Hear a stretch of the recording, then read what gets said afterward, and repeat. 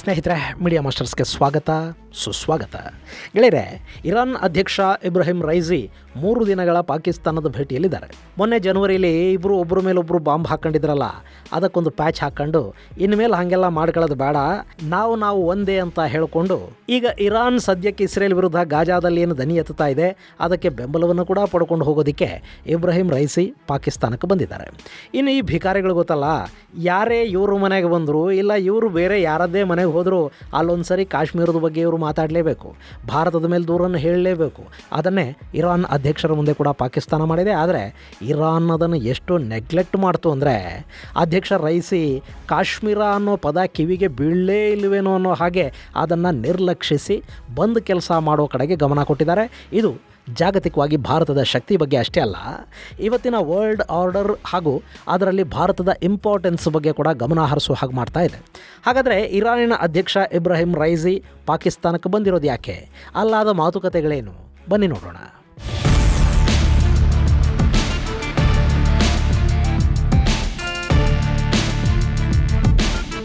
ಗೆಳೆಯರೆ, ಇರಾನ್ ಹಾಗೂ ಇಸ್ರೇಲ್ ಸಂಘರ್ಷದ ಬಗ್ಗೆ ನಿಮಗೆ ಗೊತ್ತಿದೆ. ಇರಾನ್ ಅನ್ನೋ ಶಿಯಾ ದೇಶ ಮಧ್ಯಪ್ರಾಚ್ಯದ ಮೇಲೆ ಹಿಡಿತವನ್ನು ಸಾಧಿಸುವುದಕ್ಕೆ ಅರಬ್ ದೇಶಗಳಲ್ಲಿ ಇಸ್ಲಾಮಿಕ್ ಕ್ರಾಂತಿಯನ್ನು ಮಾಡಿಸಿ ಅಲ್ಲಿ ರಾಜಾಡಳಿತಗಳನ್ನು ಕೆಡವಿ ಮುಲ್ಲಾಗಳ ಆಡಳಿತ ಬರೋ ಹಾಗೆ ಮಾಡುವ ನಿಟ್ಟಲ್ಲಿ ಸಾಕಷ್ಟು ವರ್ಷಗಳಿಂದ ಪ್ರಯತ್ನ ಪಡ್ತಾ ಇದೆ. ಅದು ಹೊಸ ವಿಷಯ ಅಲ್ಲ. ಹಾಗೆ ಇರಾನ್ ಈ ಭಾಗದ ಅತ್ಯಂತ ದೊಡ್ಡ ತೈಲ ಸಂಗ್ರಹಾಗಾರಗಳಿರುವ ದೇಶ, ಇಂಧನ ಶ್ರೀಮಂತ ದೇಶ ಕೂಡ. ಹೀಗಾಗಿ ಇರಾನ್ ಈ ಭಾಗದಲ್ಲಿ ಅಣುಶಕ್ತ ಆಗಬೇಕು ಅಂತ ಬಯಸುತ್ತೆ. ಆದರೆ ಈಗಾಗಲೇ ಇಡೀ ಮಧ್ಯಪ್ರಾಚ್ಯದಲ್ಲಿ ತನ್ನ ಪ್ರಾಕ್ಸಿಗಳ ರೀತಿಯಲ್ಲಿ ಶಿಯಾ ಭಯೋತ್ಪಾದಕ ಸಂಘಟನೆಗಳನ್ನು ಹುಟ್ಟುಹಾಕಿ ಅವುಗಳ ಮೂಲಕ ಆ ದೇಶಗಳ ಆಡಳಿತದ ಮೇಲೆ ಹಿಡಿತ ಸಾಧಿಸೋ ಪ್ರಯತ್ನ ಮಾಡ್ತಾ ಅಲ್ಲೆಲ್ಲ ಅರಾಜಕತೆಯನ್ನು ಸೃಷ್ಟಿ ಮಾಡ್ತಾ ಇರೋ ಇರಾನ್ ಅಣುಶಕ್ತ ಆಗಿಬಿಟ್ರೆ ಸಮಸ್ಯೆಗಳು ಮತ್ತಷ್ಟು ಹೆಚ್ಚಾಗುತ್ತವೆ ಅನ್ನೋದು ಇಸ್ರೇಲ್ ಹಾಗೂ ಸುತ್ತಮುತ್ತಲಿನ ಎಲ್ಲ ಸುನ್ನಿ ದೇಶಗಳ ಅಭಿಪ್ರಾಯ. ಹೀಗಾಗಿ ಇರಾನ್ ಅಣುಶಕ್ತಿಯನ್ನು ಬೆಳೆಸ್ಕೋಬಾರ್ದು ಅಂತ ಇಸ್ರೇಲ್ ಪ್ರಯತ್ನ ಪಡ್ತಾ ಇದೆ. ಇನ್ನು ಇಸ್ರೇಲ್ ಅನ್ನೋದು ಯಹೂದಿ ದೇಶ, ಯಹೂದಿ ಮತ್ತು ಇಸ್ಲಾಂ ನಡುವೆ ಪುಸ್ತಕ ದ್ವೇಷ ಬೇರೆ ಇದೆ. ಹೀಗಾಗಿ ಇಸ್ರೇಲನ್ನು ಇರಾನ್ನ ಆಡಳಿತ ನಖಶಿಖಾಂತ ದ್ವೇಷ ಮಾಡುತ್ತೆ.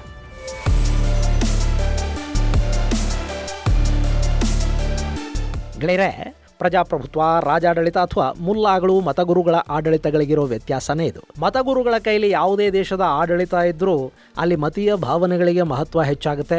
ಪ್ರೀತಿ ಮತ್ತು ದ್ವೇಷ ಎರಡೂ ಕೂಡ ಮತದ ನೆರಳಲ್ಲೇ ನರಳುತ್ತಾ ಹೋಗುತ್ತೆ. ಸದ್ಯಕ್ಕೆ ಇರಾನ್ನಲ್ಲಿ ಆಗ್ತಾ ಇರೋದು ಅದೇ. ಇನ್ನು ಇಲ್ಲಿ ಇರಾನ್ ಇಸ್ರೇಲ್ ವಿರುದ್ಧ ಲೆಬನಾನ್ನಲ್ಲಿರೋ ಹೆಜ್ಬುಲ್ಲಾಗಳಿಗೆ, ಗಾಜಾದ ಹಮಾಸ್ಗೆ ಬೆಂಬಲವನ್ನು ಕೊಡ್ತಾ ಇದೆ. ಮೊನ್ನೆ ಅಕ್ಟೋಬರ್ 7ನೇ ತಾರೀಕು ಗಾಜಾದಿಂದ ಇಸ್ರೇಲ್ ಮೇಲೊಂದು ಭಯಾನಕ ದಾಳಿ ಆಯ್ತಲ್ಲ, ಅದಾದ ನಂತರ ಇಸ್ರೇಲ್ ಗಾಜಾನ ಕುಟ್ಟಿ ಪುಡಿ ಮಾಡೋದಕ್ಕೆ ಶುರು ಮಾಡಿದ ಮೇಲೆ ಈ ಇರಾನ್ ಬಾಯ್ ಬಡ್ಕೊಳ್ಳೋದಕ್ಕೆ ಶುರು ಮಾಡ್ತು. ಹೆಜ್ಬುಲ್ಲಾಗಳ ಮೂಲಕ ಇಸ್ರೇಲ್ ಮೇಲೆ ದಾಳಿ ಮಾಡಿಸ್ತು. ಇರಾನ್ನಲ್ಲಿನ ಇಸ್ಲಾಮಿಕ್ ರೆಸಿಸ್ಟೆನ್ಸ್ ಫೋರ್ಸ್ ಮೂಲಕ ದಾಳಿ ಮಾಡಿಸ್ತು. ಯೆಮನ್ನ ಹೌತಿಗಳನ್ನು ಇಸ್ರೇಲ್ ಹಾಗೂ ಅದರ ಮಿತ್ರರ ವಿರುದ್ಧ ದಾಳಿ ಮಾಡೋದಕ್ಕೆ ನಿಲ್ಲಿಸ್ತು. ಸಿರಿಯಾದಲ್ಲಿ ಕೂತ್ಕೊಂಡು ಇದೆಲ್ಲವನ್ನ ಹ್ಯಾಂಡಲ್ ಮಾಡ್ತಾ ಇದ್ದ IRGC ಕಮಾಂಡರ್ಗಳನ್ನೇ ಇಸ್ರೇಲ್ ವೈಮಾನಿಕ ದಾಳಿ ಮೂಲಕ ಕೊಂದು ಹಾಕ್ತು. ಅದಕ್ಕೆ ಪ್ರತೀಕಾರ ಅಂತ ಇಸ್ರೇಲ್ ಮೇಲೆ ಇರಾನ್ ಸುಮಾರು 300ಕ್ಕೂ ಹೆಚ್ಚು ಡ್ರೋನ್ ಹಾಗೂ ಮಿಸೈಲ್ಗಳ ದಾಳಿ ಮಾಡಿದರೆ, ಇಸ್ರೇಲ್ ನೇರವಾಗಿ ಇರಾನಿನ ಇಸ್ಫಾನ್ ಏರ್ ಬೇಸ್ ಮೇಲೆ ದಾಳಿ ಮಾಡಿ ಅಲ್ಲಿನ ಏರ್ ಡಿಫೆನ್ಸ್ ರಡಾರ್ಗಳನ್ನೇ ಹೊಡೆದು ಹಾಕಿ ನಾವು ಎಲ್ಲಿಗೆ ಬೇಕಾದರೂ ನುಗ್ಗಿ ಹೊಡಿತೀವಿ ಅನ್ನೋ ಸಂದೇಶವನ್ನು ಕೊಡ್ತು. ಮತ್ತು ಇರಾನ್ ತುಂಬ ನಂಬಿಕೊಂಡಿದ್ದ ರಷ್ಯಾ ಇರಾನ್ಗೆ ಕೊಟ್ಟಿದ್ದ S-300 ಏರ್ ಡಿಫೆನ್ಸ್ ಸಿಸ್ಟಮ್ಗಳಿದ್ವಲ್ಲ, ಅವುಗಳನ್ನೇ ಇಸ್ರೇಲ್ ಯಾವಾಗ ಹೊಡೆದು ಹಾಕುತ್ತೋ ಇರಾನ್ ಮೆತ್ತಗಾಗಿ ಹೋಯಿತು. ಈಗ ಇಸ್ರೇಲ್ ವಿರುದ್ಧ ಇರಾನ್ ರಾಜತಾಂತ್ರಿಕ ಯುದ್ಧವನ್ನು ಮಾಡೋದಕ್ಕೆ ಹೋಗ್ತಾ ಇದೆ. ಅದಕ್ಕಾಗಿ ಅಕ್ಕಪಕ್ಕದ ಮುಸ್ಲಿಂ ದೇಶಗಳ ಬೆಂಬಲವನ್ನು ಗಿಟ್ಟಿಸ್ಕೊಳ್ಳೋದಕ್ಕೆ ಹೋಗ್ತಾ ಇದೆ. ಅದರ ಪ್ರಯತ್ನವಾಗಿ ಇಬ್ರಾಹಿಂ ರೈಸಿ ಪಾಕಿಸ್ತಾನಕ್ಕೆ ಭೇಟಿ ಕೊಟ್ಟಿದ್ದಾರೆ. ಈ ಪಾಕಿಸ್ತಾನ ಹಾಗೂ ಇರಾನ್ನ ಸಂಬಂಧಗಳು ತುಂಬ ಚೆನ್ನಾಗೇನಿಲ್ಲ. ಎರಡೂ ದೇಶಗಳು ಬಲೂಚಿಸ್ತಾನದಲ್ಲಿ ಗಡಿ ಹಂಚಿಕೊಳ್ಳುತ್ತವೆ. ಪಾಕಿಸ್ತಾನ ಇರಾನ್ನಲ್ಲಿ ಭಯೋತ್ಪಾದಕ ಸಂಘಟನೆಗಳನ್ನು ನಡೆಸುವ ಅಲ್ ಅದ್ಲ್ ಸಂಘಟನೆಗೆ ತನ್ನ ನೆಲದಲ್ಲಿ ಆಶ್ರಯ ಕೊಡ್ತಾ ಇದೆ ಅನ್ನೋದು ಇರಾನ್ ಮಾಡೋ ಆರೋಪ. ಹಾಗೆ ಬಲೂಚ್ ಲಿಬರೇಷನ್ ಆರ್ಮಿಗೆ ಇರಾನ್ ಆಶ್ರಯ ಕೊಡ್ತಾ ಇದೆ ಅನ್ನೋದು ಪಾಕಿಸ್ತಾನದ ಆರೋಪ. ಇದರ ಜೊತೆಗೆ ಪಾಕ್ ಅನ್ನೋದು ಸುನ್ನಿ ದೇಶ, ಇರಾನ್ ಅನ್ನೋದು ಶಿಯಾ ದೇಶ. ಹೀಗಾಗಿ ಅಲ್ಲೊಂದು ದಾಯಾದಿ ಕಲಹ ಕೂಡ ಇದ್ದೇ ಇದೆ. ಮೊನ್ನೆ ಇದೇ ಕಾರಣಕ್ಕೆ ಇರಾನ್ ಪಾಕಿಸ್ತಾನದ ಗಡಿಯಲ್ಲಿ ವೈಮಾನಿಕ ದಾಳಿ ಮಾಡ್ತು. ಅದಕ್ಕೆ ಪ್ರತಿಯಾಗಿ ಪಾಕಿಸ್ತಾನ ಇರಾನ್ನ ಗಡಿಯಲ್ಲಿ ಬಾಂಬ್ ಹಾಕಬಂತು. ಇಬ್ಬರೂ ಕೂಡ ಭಯೋತ್ಪಾದಕ ನೆಲೆಗಳನ್ನು ಗುರಿಯಾಗಿಸ್ಕೊಂಡು ದಾಳಿ ಮಾಡಿದ್ವಿ ಅಂತಲೇ ಹೇಳಿಕೊಂಡ್ರು. ದುರಂತ ಅಂದರೆ ಅಲ್ಲಿ ಎರಡೂ ಕಡೆ ಸತ್ತಿದ್ದು ಅಮಾಯಕ ಹೆಂಗಸರು, ಮಕ್ಕಳು. ಆಮೇಲೆ ಚೈನಾದ ನೇತೃತ್ವದಲ್ಲಿ ಎರಡೂ ದೇಶಗಳು ಸಂಧಾನದ ಮಾತುಕತೆ ನಡೆಸಿದ್ವು. ಇರಾನ್ನ ವಿದೇಶಾಂಗ ಸಚಿವ ಪಾಕಿಸ್ತಾನಕ್ಕೆ ಭೇಟಿ ಕೊಟ್ಟ, ದಾವತ್ ತಗೊಂಡು ಹೋದ. ಆದರೆ ಆಗ ಪಾಕಿಸ್ತಾನದಲ್ಲಿದ್ದದ್ದು ಹಂಗಾಮಿ ಸರ್ಕಾರ. ಈಗ ಅಲ್ಲಿ ಚುನಾವಣೆಗಳು ನಡೆದು ಅಲ್ಲೊಂದು ಸರ್ಕಾರ ಸರ್ಕಾರ ಕೂಡ ರಚನೆಯಾಗಿದೆ. ಹೀಗಾಗಿ ಇರಾನ್ನ ಅಧ್ಯಕ್ಷ ರೈಸಿ ಪಾಕಿಸ್ತಾನಕ್ಕೆ ಅಧಿಕೃತ ಭೇಟಿಯನ್ನು ಹಮ್ಮಿಕೊಂಡಿದ್ದಾರೆ. ಇಲ್ಲಿ ರೈಸಿ ಭೇಟಿಯ ಹಿಂದೆ ಇನ್ನೂ ಒಂದು ಕಾರಣ ಕೂಡ ಇದ್ದಾಗಿದೆ. ಇರಾನ್ ಚೈನಾ ಜೊತೆ, ರಷ್ಯಾ ಜೊತೆ ಉತ್ತಮ ಸಂಬಂಧಗಳನ್ನು ಇಟ್ಟುಕೊಂಡಿದೆ. ಹಾಗೆ ಪಾಕಿಸ್ತಾನಕ್ಕೆ ಕೂಡ ಬೇಕಾದಾಗಲೆಲ್ಲ ಚೈನಾ ಸಾಲ, ಭಿಕ್ಷೆ ಎಲ್ಲ ಕೊಟ್ಟು ತನ್ನ ಮಾತು ಕೇಳೋ ಹಾಗೆ ಮಾಡಿಟ್ಕೊಂಡಿದೆ. ಈ ಹಿಂದೆ ಉತ್ತರ ಕೊರಿಯಾಗೆ ಅಣುತಂತ್ರಜ್ಞಾನ ಬೇಕು ಅಂದಾಗ ಚೈನಾ ಅದನ್ನು ಪಾಕಿಸ್ತಾನದ ಮೂಲಕ ಕೊಡಿಸೋ ಪ್ರಯತ್ನ ಮಾಡ್ತು. ಪಾಕಿಗಳಿಗೆ ಉತ್ತರ ಕೊರಿಯಾ ಮಿಸೈಲ್ ತಂತ್ರಜ್ಞಾನವನ್ನು ಕೊಡೋದು ಮತ್ತು ಉತ್ತರ ಕೊರಿಯಾಗೆ ಇವರು ಅಣುತಂತ್ರಜ್ಞಾನವನ್ನು ಕೊಡೋದು, ಈ ಥರದ ಸಹಕಾರವನ್ನು ಎರಡೂ ದೇಶಗಳ ನಡುವೆ ಮಾಡಿಸೋದಕ್ಕೆ ಚೈನಾ ಪ್ರಯತ್ನವನ್ನು ಪಟ್ಟಿತ್ತು ಅನ್ನೋದನ್ನು ಅಮೆರಿಕಾದ ಏಜೆನ್ಸಿಗಳೇ ಬಹಿರಂಗಪಡಿಸಿದ್ವು. ಹಾಗೆ ಪಾಕಿಸ್ತಾನದ ಅಣುಪಿತಾಮಹನ ಮೇಲೆ ಅಣ್ವಸ್ತ್ರ ತಂತ್ರಜ್ಞಾನವನ್ನು ಮಾರಾಟ ಮಾಡಿದ ಆರೋಪ ಬಂದಿದ್ದು ನಿಮಗೆಲ್ಲ ಗೊತ್ತಿದೆ. ಸೊ ಈ ಬಾರಿ ಕೂಡ ಇರಾನ್ ಹಾಗೂ ಪಾಕಿಸ್ತಾನದ ನಡುವೆ ಅಂಥದ್ದೇ ಒಂದು ಒಳ ಒಪ್ಪಂದವನ್ನು ಚೈನಾ ಮಾಡಿಸೋದಕ್ಕೆ ಹೋಗ್ತಾ ಇದೆಯಾ? ಇರಾನ್ಗೆ ಬೇಕಾದ ಅಣು ಟೆಕ್ನಾಲಜಿಯನ್ನು ಪಾಕಿಸ್ತಾನದಿಂದ ಕೊಡಿಸುವ ಪ್ರಯತ್ನಗಳು ನಡೀತಾ ಇದೆಯಾ? ಇದರ ಬಗ್ಗೆ ಮಾತುಕತೆಗಾಗಿಯೇ ರೈಸಿ ಪಾಕಿಸ್ತಾನಕ್ಕೆ ಬಂದಿದ್ದಾರಾ? ಈ ಹಿನ್ನೆಲೆಯಲ್ಲಿ ಕೂಡ ಒಂದಷ್ಟು ಚರ್ಚೆಗಳಲ್ಲಿ ಆರಂಭ ಆಗಿವೆ. ಇನ್ನು ಈ ಭೇಟಿಯ ಸಂದರ್ಭದಲ್ಲಿ ಎರಡೂ ದೇಶಗಳ ಸಂಬಂಧ ಸುಧಾರಣೆಗಳ ಬಗ್ಗೆ ರೈಸಿ ಹಾಗೂ ಶಹಬಾಜ್ ಮಾತಾಡಿಕೊಂಡಿದ್ದಾರೆ. ಎರಡೂ ಗಡಿಗಳಲ್ಲಿ ಭಯೋತ್ಪಾದಕರನ್ನು ಜಂಟಿಯಾಗಿ ಮಟ್ಟ ಹಾಕೋ ಬಗ್ಗೆ ಮಾತುಕತೆಗಳಾಗಿವೆ. ಹಾಗೆ ಇರಾನ್ ಮತ್ತು ಪಾಕಿಸ್ತಾನಗಳ ನಡುವೆ ಸದ್ಯಕ್ಕೆ $2 ಬಿಲಿಯನ್ ವಹಿವಾಟು ನಡೀತಾ ಇದೆ. ಅದನ್ನು ಮುಂದಿನ ದಿನಗಳಲ್ಲಿ 10 ಬಿಲಿಯನ್ಗೆ ಏರಿಕೆ ಮಾಡಿಕೊಳ್ಳೋ ಬಗ್ಗೆ ಮಾತುಕತೆ ಆಗಿದೆ. ಗೆಳೆಯರೆ, ಸದ್ಯಕ್ಕೆ ಇರಾನ್ ಮೇಲೆ ಅಮೆರಿಕ ಸೇರಿದ ಹಾಗೆ ಪಶ್ಚಿಮದ ದೇಶಗಳು ಹೆಚ್ಚುವರಿ ಸ್ಯಾಂಕ್ಷನ್ಸನ್ನು ವಿಧಿಸ್ತಾ ಇರೋ ಹೊತ್ತಲ್ಲಿ ಪಾಕಿಸ್ತಾನ ತನ್ನ ವ್ಯಾಪಾರವನ್ನು $10 ಬಿಲಿಯನ್ ಮಾಡಿಕೊಳ್ಳೋ ಬಗ್ಗೆ ಮಾತಾಡ್ತಾ ಇದೆ. ನಿಮಗೆ ನೆನಪಿರಬೇಕು, ಇತ್ತೀಚೆಗಷ್ಟೇ ಪಾಕಿಸ್ತಾನ ಇರಾನ್ ಜೊತೆ ಮಾಡಿಕೊಂಡಿದ್ದ ಇಂಧನ ಪೈಪ್ಲೈನ್ ಒಪ್ಪಂದವನ್ನು ಪೂರ್ಣಗೊಳಿಸಲಿಲ್ಲ ಅಂತ ಇರಾನ್ ಪಾಕಿಗಳ ಮೇಲೆ ಸಿಟ್ಟು ಮಾಡಿಕೊಂಡಿತ್ತು ಮತ್ತು ಅದಕ್ಕಾಗಿ $18 ಬಿಲಿಯನ್ ಫೈನನ್ನು ಕೂಡ ಪಾಕಿಸ್ತಾನದ ಮೇಲೆ ಇರಾನ್ ಜಡಿದಿತ್ತು.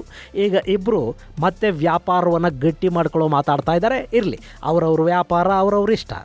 ಇನ್ನು ಇಲ್ಲಿ ಕೂಡ ಒಂದು ಕಾಮಿಡಿ ಆಗಿದೆ. ಅದೇನು ಅಂದರೆ, ಪಾಕಿಸ್ತಾನ ಯಾವಾಗಲೂ ಮಾಡೋ ಹಾಗೆ ಈ ಬಾರಿ ಕೂಡ ಇರಾನ್ ಅಧ್ಯಕ್ಷರ ಮುಂದೆ ಕಾಶ್ಮೀರದ ವಿಷಯವನ್ನು ಪ್ರಸ್ತಾಪ ಮಾಡಿದೆ.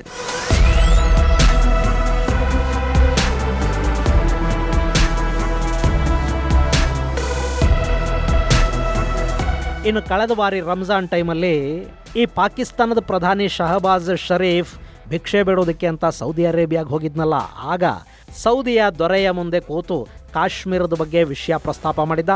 ಆದರೆ ಸೌದಿಯ ಯುವರಾಜ ಜಂಟಿ ಹೇಳಿಕೆಯ ಸಂದರ್ಭದಲ್ಲಿ ಕಾಶ್ಮೀರದ ವಿಷಯ ಮಾತಾಡಬಾರ್ದು ಅಂತ ತಾಕೀತು ಮಾಡಿದ ಕಾರಣ ಅಲ್ಲಿ ಪಾಕಿಸ್ತಾನದ ಕಾಶ್ಮೀರದ ಆಸೆಗೆ ಮಣ್ಣು ಬಿತ್ತು. ಇನ್ನು ಈ ಬಾರಿ ಇರಾನ್ ಜೊತೆಗಿನ ಭೇಟಿಯ ಸಂದರ್ಭದಲ್ಲಿ ಜಂಟಿ ಹೇಳಿಕೆ ಕೊಡುವಾಗ ಪಾಕ್ ಅಧ್ಯಕ್ಷ ಶಹಬಾಜ್ ಶರೀಫ್ 4 ಬಾರಿ ಕಾಶ್ಮೀರದ ಹೆಸರನ್ನು ಪ್ರಸ್ತಾಪ ಮಾಡಿದರೂ ಕೂಡ ಇರಾನ್ ಅದಕ್ಕೆ ಯಾವ ಪ್ರತಿಕ್ರಿಯೆಯನ್ನು ಕೊಡೋದಕ್ಕೆ ಹೋಗಿಲ್ಲ. ಅಧ್ಯಕ್ಷ ಇಬ್ರಾಹಿಂ ರೈಸಿ ತಮ್ಮ ಹೇಳಿಕೆಯಲ್ಲಿ ಗಾಜಾದ ವಿಷಯನ ಪ್ರಸ್ತಾಪ ಮಾಡಿದರೆ ಹೊರತು ಕಾಶ್ಮೀರದ ಬಗ್ಗೆ ಒಂದೇ ಒಂದು ಮಾತು ಕೂಡ ಆಡಲಿಲ್ಲ. ಶಹಬಾಜ್ ಬಾಯಲ್ಲಿ ಬಂದ ಕಾಶ್ಮೀರ ಅನ್ನೋ ಪದ ತಮ್ಮ ಕಿವಿಗೆ ಬೀಳೇ ಇಲ್ಲವೇನೋ ಅನ್ನೋ ಹಾಗೆ ಇಬ್ರಾಹಿಂ ರೈಸಿ ವರ್ತಿಸೋ ಮೂಲಕ ಇನ್ನು ಕಾಶ್ಮೀರ ಅನ್ನೋದು ಮುಗಿದ ಕಥೆ ಅನ್ನೋ ಸಂದೇಶವನ್ನು ಕೊಟ್ಟುಬಿಟ್ರು.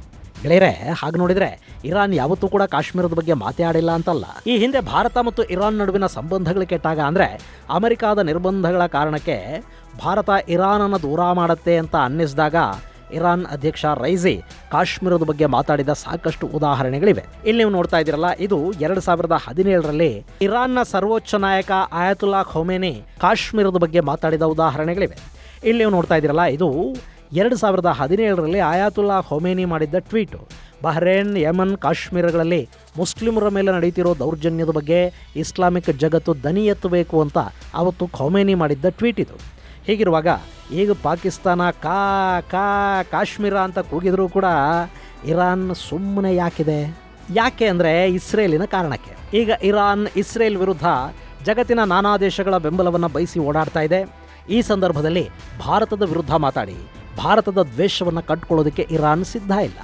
ಇನ್ನು ಇತ್ತೀಚೆಗಷ್ಟೇ ಇಸ್ರೇಲ್ ಇರಾನ್ ಮೇಲೆ ನಿರ್ಬಂಧವನ್ನು ಹೇರಿ ಅಂತ ಭಾರತಕ್ಕೆ ಒತ್ತಾಯವನ್ನು, ಮನವಿಯನ್ನು ಎಲ್ಲ ಮಾಡಿಕೊಂಡಿದೆ.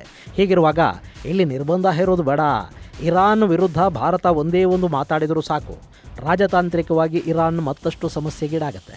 ಹೀಗಾಗಿ ಇರಾನ್ ಇಲ್ಲಿ ಯಾವುದೇ ಕಾರಣಕ್ಕೂ ಭಾರತದ ವಿರೋಧವನ್ನು ಕಟ್ಟಿಕೊಳ್ಳೋ ಸ್ಥಿತಿಯಲ್ಲಿಲ್ಲ.